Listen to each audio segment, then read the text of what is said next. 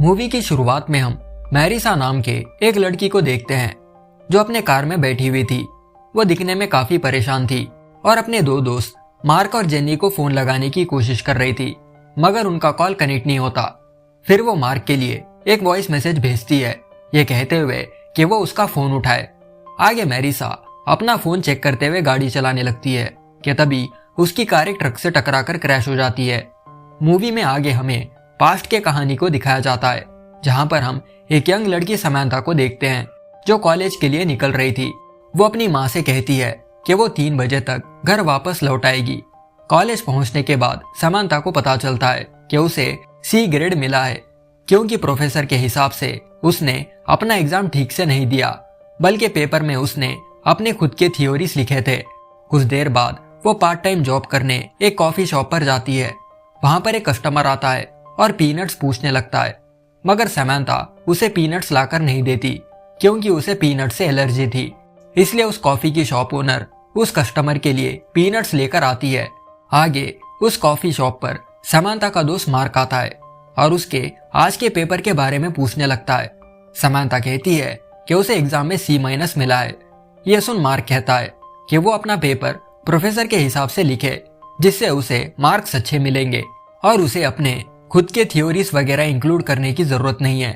तभी मार्क के फोन पर उसके गर्लफ्रेंड का कॉल आता है और कुछ देर बाद समंथा अपने घर पहुंचती है। घर पहुंचते ही समंथा के फोन पर मार्क का कॉल आता है, जो उसे जेनी के घर पर पार्टी के लिए इनवाइट करता है। समंथा आने के लिए हिचकिचाती है, मगर मार्क के रिक्वेस्ट करने पर वो आने के लिए मान जाती है।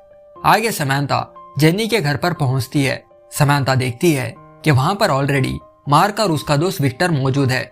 समंथा और विक्टर आपस में बात करते हैं, मगर विक्टर समंथा में कुछ खास इंटरेस्टेड नहीं होता। कुछ देर बाद जब मार्क, विक्टर और समंथा एक रूम में जाते हैं तो उन्हें वहां पर जेनी दिखाई देती है, जिसके सर पर कुछ वायर्स लगे हुए थे और ये सब वायर्स एक कंप्यूटर से कनेक्टेड थे। दरअसल ये मशीन विक्टर ने यूनिवर्सिटी से चुराई थी। देखने पर ऐसा लगता है जैसे जेनी कई ख्यालों में खो गई है और वो मेडिटेट कर रही है। समंथा मार्क से पूछती है कि जेनी क्या कर रही है। मार्क जेनी से कहता है कि जेनी होश में आ जाओ और समंथा की थोड़ी मदद करो, क्योंकि वो बहुत ज्यादा स्ट्रेस्ड और परेशान है। ये सुनते ही जेनी उस मशीन की मदद से समंथा के बॉडी के अंदर पहुंच जाती है। जेनी समंथा के बॉडी से लिखती है कि हे समंथा, ये मैं हूँ जेनी।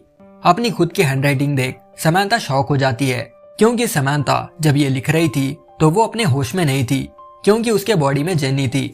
समंथा समझ जाती है कि ये मशीन इंसान की कॉन्शियसनेस को किसी के भी बॉडी में ट्रांसफर कर सकती है। मार्क समंथा से कहता है कि वो इस मशीन से किसी भी इंसान के बॉडी में घुसकर उसकी नजरों से दुनिया देख सकती है और उसे फील कर सकती है।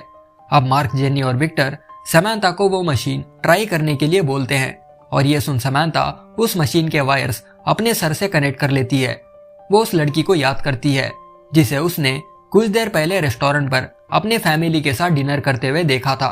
समंथा उस लड़की के बॉडी में घुस जाती है और उसे फील करने लगती है, पर तभी किसी कारण से समंथा वापस अपने बॉडी में जाग जाती है। आगे मार्क समंथा को इस मशीन के फायदे और नुकसान बताने लगता है और वही समंथा उससे पूछने लगती है कि क्या वो इस मशीन से अपने अपोजिट जेंडर के बॉडी में जा सकते हैं या नहीं, जिस पर मार्क बताता है कि विक्टर और जेनी एक दूसरे के बॉडी में जाते आते रहते हैं, ताकि विक्टर को जेनी के फीलिंग्स के बारे में पता चले और वही जेनी को विक्टर के बारे में।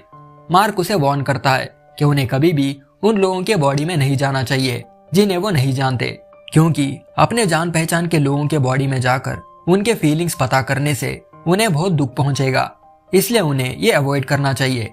मार्क आगे समंथा को जेनी के अपार्टमेंट की चाबी देता है और कहता है कि वो जब चाहे तब जेनी के घर पर जाकर उस मशीन को यूज कर सकती है।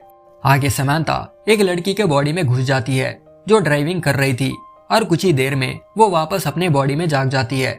विक्टर समंथा से कहता है कि वो भूलकर भी दूर के किसी इंसान के बॉडी में ना जाए, वरना उसकी तबीयत बिगड़ जाएगी, क्योंकि वो अपने ओरिजिनल बॉडी से जितनी दूर होगी उसे उतनी तकलीफ होगी। फिर एक दिन समंथा मार्क के सोशल मीडिया अकाउंट्स को चेक कर रही होती है कि तभी उससे मिलने एक लाल बालों वाली औरत यानी एक रेडहेड आती है। समंथा उसे पहचान नहीं पाती, मगर वो औरत कहती है कि वो उसे जानती है। वो औरत बताती है कि वो भी सेम उसी के क्लास में पढ़ती है जिसमें समंता पढ़ रही है। वो समंता को आज रात 7 बजे उसके यहाँ रखे पार्टी पर इनवाइट करती है।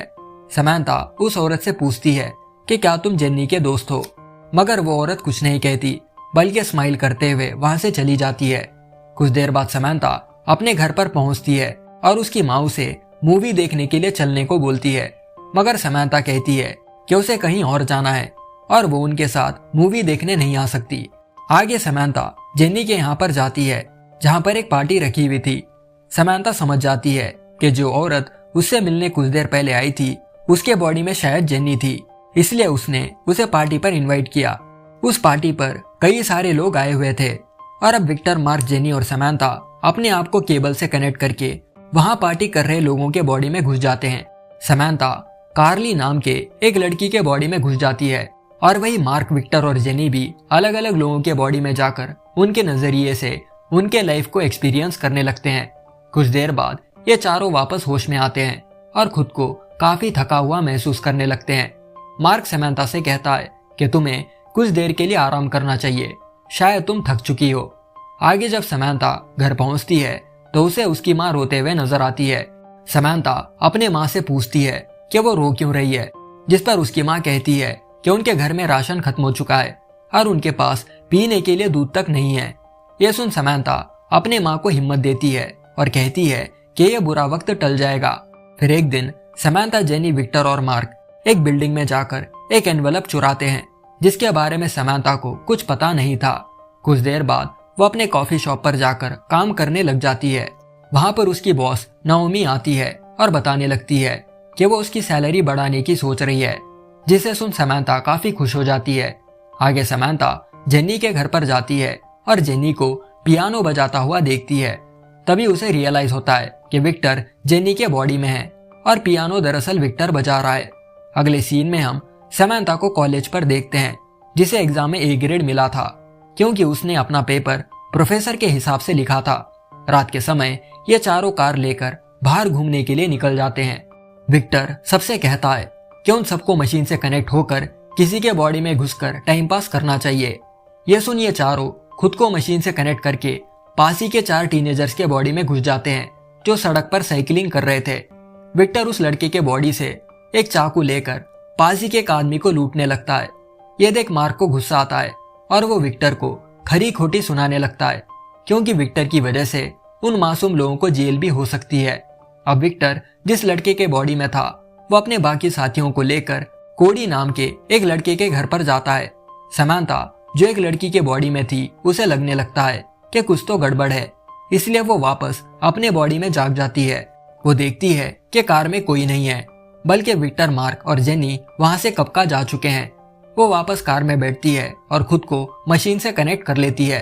अगली सुबह समंता अपने कॉलेज तो जाती है पर वो क्लास में ध्यान नहीं लगा पाती क्योंकि मशीन को बार बार यूज करने की वजह से वो काफी थक चुकी थी। जब वो प्रोजेक्ट्स पर काम कर रही होती है तो उसे मार्क का कॉल आता है जो उसे हैंग आउट करने के लिए बुला रहा था। वो समंता से कहता है कि वो मरवेदर नाम के एक लोकेशन पर है और उसे उसकी गर्लफ्रेंड मैरिसा कुछ देर पहले यहाँ पर छोड़कर चली गई। अगले सीन में समंता मरवेदर पहुंचती है और यहाँ मार्क और समंता आपस में बात करने लगते हैं। समंता पूछती है कि उसने उसे इस मशीन को यूज करने के लिए क्यों चुना, जबकि वो अपनी गर्लफ्रेंड मैरिसा को इसमें शामिल कर सकता था। बदले में मार्क कहता है कि इस काम के लिए तुम बिल्कुल परफेक्ट हो और मैं नहीं जानता कि इस मशीन के बारे में मैरिसा को पता चले। यहाँ हम देख पाते हैं कि मार्क अपनी गर्लफ्रेंड से ज्यादा समंता में इंटरेस्टेड है। समंता मार्क से कहती है कि क्या उसे नहीं लगता कि विक्टर एक डेंजरस आदमी है क्योंकि वो उस मशीन को यूज करके लोगों को मुसीबत में डाल रहा था। वो आगे कहती है कि तुम्हारी तो एक गर्लफ्रेंड भी है और तुम्हारे पास पैसे भी है, फिर तुम ये मशीन क्यों यूज कर रहे हो। बदले में मार्क कहता है कि मैं बस दूसरों के बॉडी से दुनिया को देखना और एक्सपीरियंस करना पसंद करता हूँ। कुछ देर बाद समंता वहां से चली जाती है और वही मार्क को पिक करने उसकी गर्लफ्रेंड मैरिसा आती है। अगले दिन समंता कॉफी शॉप पर फोन करके अपने बॉस के लिए एक मैसेज छोड़ती है, ये कहते हुए कि वो आज काम पर नहीं आ सकती। बदले में उसकी बॉस नाओमी कहने लगती है कि कोई बात नहीं, तुम हफ्ते भर के लिए छुट्टी ले लो। कॉलेज से घर पहुंचने के बाद समंता अपना फ्रिज चेक करती है जो पूरी तरह खाली था। वो अपनी माँ से पूछती है कि क्या उन्होंने स्टोर से खाने पीने की चीजें नहीं लाई। अब फ्रिज में खाना ना होने से समांथा गुस्सा हो जाती है और घर से जाने लगती है। समांथा की माँ उससे गले मिलती है और माफी मांगती है, मगर समांथा अपनी माँ के फीलिंग्स को समझ नहीं पाती और गुस्से से घर छोड़कर चली जाती है। कार से जाते समय वो जेनी को कॉल लगाकर पूछती है कि क्या वो कुछ देर के लिए उसके यहाँ पर रुक सकती है, जिसके लिए जेनी मान जाती है। वो जेनी के अपार्टमेंट पर जाकर खुद को मशीन से कनेक्ट कर लेती है और अपनी माँ के बॉडी में चली जाती है और पास ही के ग्रोसरी स्टोर में जाकर कुछ खाने पीने का सामान उठा लेती है। अब समांथा जेनी के यहाँ ही सो जाती है और लेट उठने की वजह से अपनी क्लास मिस कर देती है। अब ये चारों फिर से एक रैंडम पार्टी ज्वाइन करने का डिसाइड करते हैं। वो चारों अलग अलग लोगों के बॉडीज में उस मशीन के जरिए घुस जाते हैं जो एक जगह पर पार्टी कर रहे थे।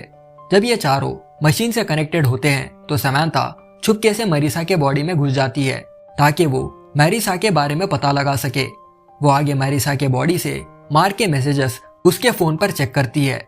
जब समांथा वापस अपने होश में आती है तो वो विक्टर को जोरों जोरों से सांस लेते हुए देखती है। जेनी परेशान होने लगती है क्योंकि विक्टर अजीब बर्ताव कर रहा था। ये देख समांथा उसी पार्टी के एक लड़की के बॉडी में घुस जाती है और देखती है कि विक्टर जिस लड़के के बॉडी में है उसे किसी ने चाकू मार दिया और वो मर रहा है। देखते ही देखते विक्टर जिस लड़के के बॉडी में था वो लड़का मर जाता है। कुछ देर बाद विक्टर गुस्से से जेनी का घर छोड़कर चले जाता है। अगले दिन मार्क अपनी गर्लफ्रेंड मैरिसा को पिक करके जाने लगता है। वो आगे समांथा को कॉल लगाने लगता है, मगर समांथा उसका कॉल नहीं उठाती। मैरिसा मार्क से पूछती है कि क्या सब ठीक है, जिस पर मार्क हाँ बोलकर बात को टाल देता है। वही समांथा जेनी के घर से मैरिसा के बॉडी को कनेक्ट कर लेती है और मार्क से बात करने लगती है। कुछ देर बाद समांथा और मार्क मिलते हैं। मार्क को पता चलता है कि समांथा ने अपनी जॉब छोड़ दी है। समांथा मार्क से पूछती है कि उस दिन जब वो कार में बैठकर मशीन को यूज कर रहे थे तो वो सब लोग अचानक वहां से क्यों चले गए।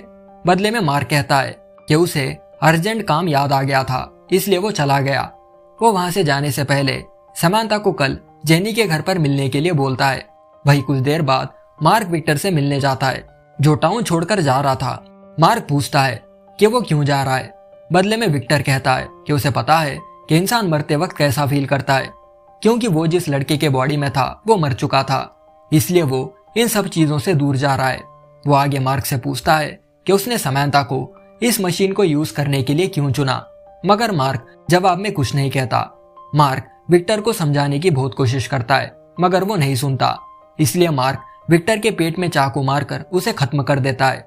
वही जेनी काफी परेशान नजर आती है जो मार्क के आने का वेट कर रही थी।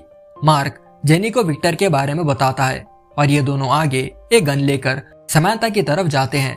वही समांथा उस मशीन को यूज कर रही थी और वो मैरिसा के बॉडी से कनेक्टेड थी। मार्क एक गन निकालकर समांथा पर पॉइंट करता है, मगर वो उसे मार नहीं पाता, इसलिए जेनी मार्क के हाथ से बंदूक छीनकर समांथा को गोली मारकर खत्म कर देती है। कुछ देर बाद जेनी मार्क से पूछती है कि क्या वो कॉफी पीना चाहता है, जिस पर मार्क हाँ में जवाब देता है। जब जेनी कॉफी बना रही होती है तो मार्क उसे गोली मारकर खत्म कर देता है।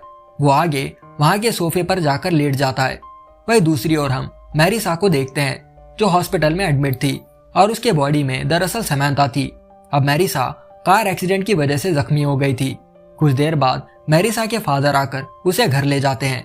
वहां से जाने से पहले डॉक्टर मैरिसा को रूटीन चेकअप के लिए बुलाता है ताकि वो बिल्कुल फिट और फाइन रहे। वहां से जाते समय उसे हॉस्पिटल में समांथा की माँ दिखाई देती है। ये देख मैरिसा के बॉडी में जो समांथा है उसे सब याद आ जाता है, मगर वो अपने माँ से मिल नहीं पाती क्योंकि वो मैरिसा के बॉडी में थी। अब समांथा मैरिसा बनकर ही जीने का डिसाइड करती है और वो उसी कॉफी शॉप पर कॉफी पीने चली जाती है जहाँ पर वो काम करती थी। यहाँ पर हमें पता चलता है कि मार्क ने समांथा को इसलिए मारा क्योंकि उसे पता था कि वो मैरिसा के बॉडी में जा रही है। समांथा की पैसों की परेशानी दूर करने के लिए उसने समांथा को मार दिया ताकि वो मैरिसा के बॉडी में ही हमेशा के लिए फंस जाए और फिर वो दोनों साथ मिलकर रह सकते हैं। इसी सीन के साथ दोस्तों इन कंट्रोल मूवी यहाँ पर खत्म हो जाती है। आशा करता हूँ कि आपको यह साइफाई मूवी पसंद आई होगी। अगर वीडियो अच्छा लगा है तो एक लाइक और एक कमेंट ड्रॉप करना मत भूलना। मैं जल्दी एक और बढ़िया वीडियो के साथ लौटूंगा। तब तक के लिए bye, take care and thanks for watching.